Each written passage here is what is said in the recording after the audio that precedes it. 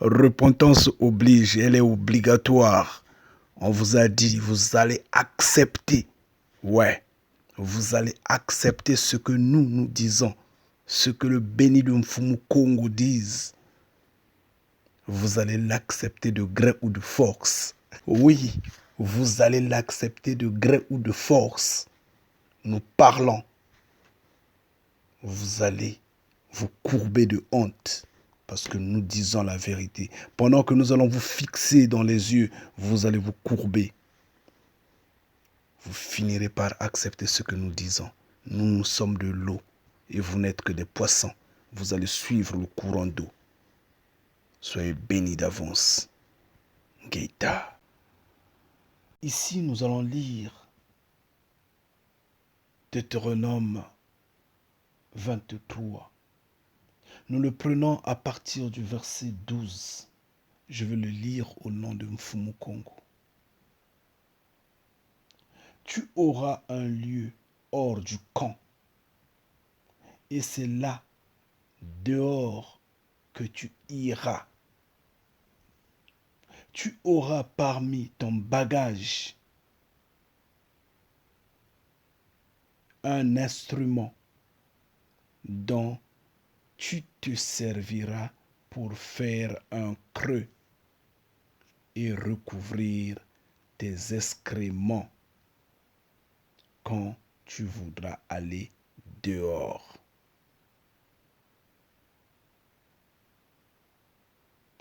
Car, il continue au verset 14, il dit, car Mfumu Kongo, ton créateur, marche au milieu de ton camp pour te protéger et pour livrer tes ennemis devant toi.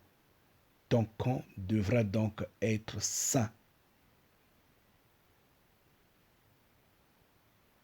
afin que Mfumu Kongo ne voit chez toi rien d'impur et qu'il ne se détourne point de toi. Ngeta.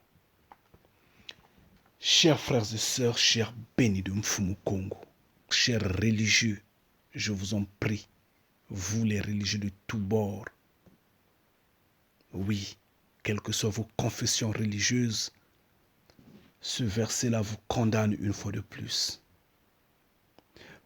Prenez ce verset, emmenez-le auprès de vos guides religieux. Demandez-leur de vous expliquer ce verset-là. S'ils ont vraiment la vérité entre leurs lèvres, s'ils ont vraiment l'Esprit Saint qu'il vous guide, et même vous-même, vous n'avez pas de discernement. Vous, on vous a dit que le Créateur vivant, celui qui a créé toutes choses, est un esprit omniscient, omnipotent, omniprésent. Il erre partout. Mais ici, dans ce camp-là, le Créateur vivant parle à son peuple. Oui, il parle au peuple Congo, il dit, ayez dans vos bagages, ayez un instrument. Un instrument comme serait une houe, comme serait une pelle, comme serait un gros couteau, on ne sait jamais. Mais ayez un instrument. Et avec cet instrument-là, vous allez vous creuser un trou. Vous faites vos petits besoins dans ce trou-là. Et vous recouvrez la terre dessus.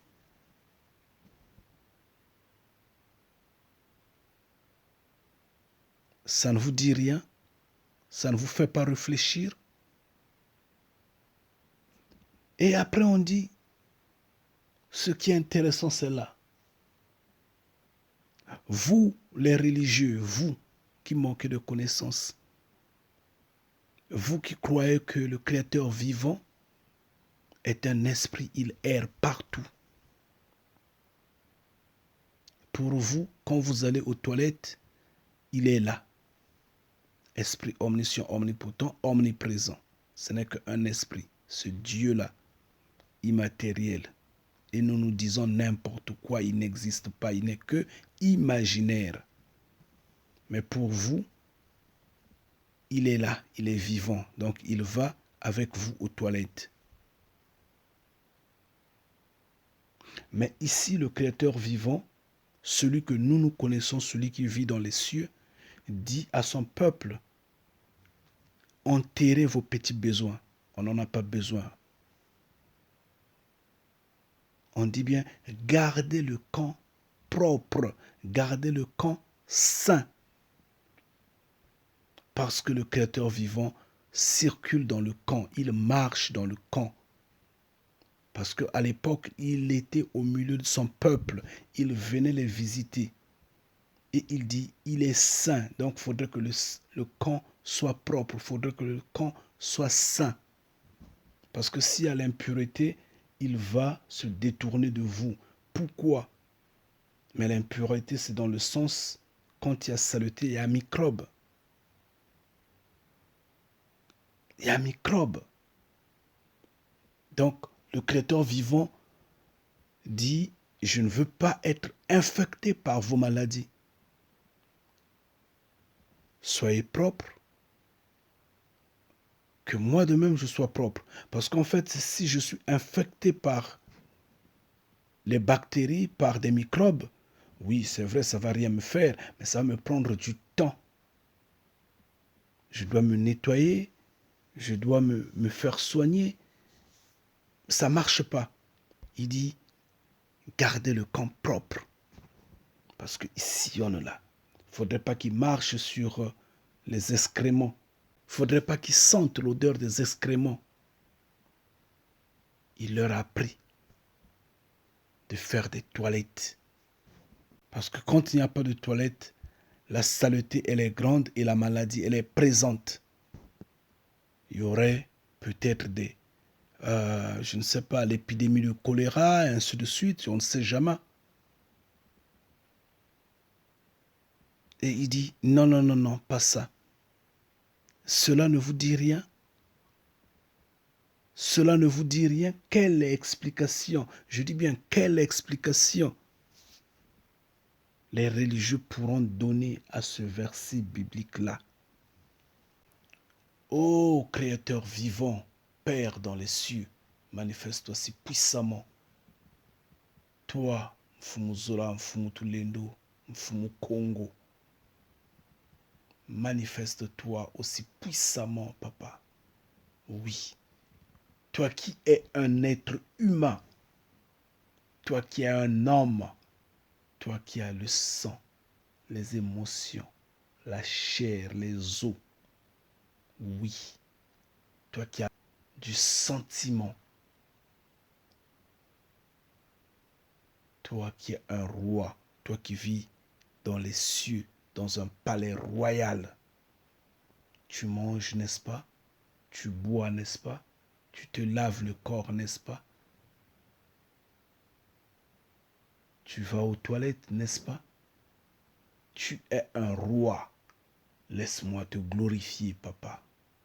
Ô Père, qu'est-ce qui a ignoré ta présence?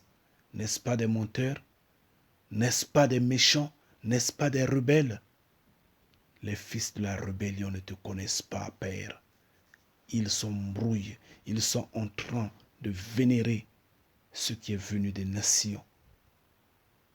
On les a dit que toi tu es esprit, omniscient, omnipotent, omniprésent. On leur a dit que tu erres partout, partout. Quand ils vont aux toilettes, tu es là. Quand ils vont commettre l'adultère, tu es là. Quand ils commettent la fornication, tu es là. Quand ils tuent, tu es là. Quand ils volent, tu es là.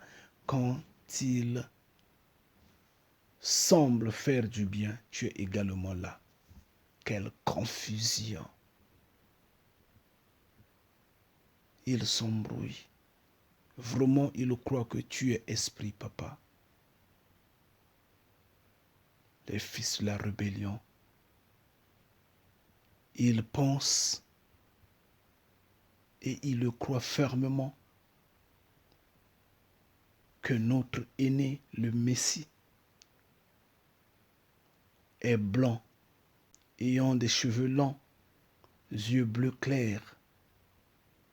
C'est dommage, alors que toi-même tu as dit par Paul que ce serait une honte pour un homme d'avoir des cheveux longs. Mais eux, ces religieux-là, de tous bords, ils oublient que ce Messie imaginaire, ce faux Messie, a des longs cheveux. Mais nous nous glorifions Mfumu Kongo. Nous le glorifions. Il est dans les cieux.